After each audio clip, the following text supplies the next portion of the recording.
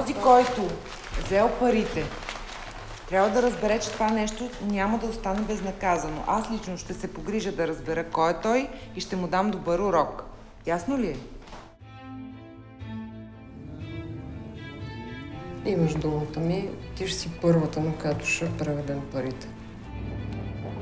Много ми е добре, мама. Ще ми дадеш ли 2 лева назаем? Значи, банката е направила изискуем кредита на господина и е обявила имота на търг. Кажи ми да или не, внасял ли си или не си внасял? Въпреки, че искам да се разберем като нормални хора. До края на работното време да ми пуснете един превод с тия пари, че утре е търга. Има такса банково обслужване? Аз съм в цайкнот. Какво се замесиш с тия хора? Това са пълни изроди, разбираш? Тия режат пръсти, крака, чупят.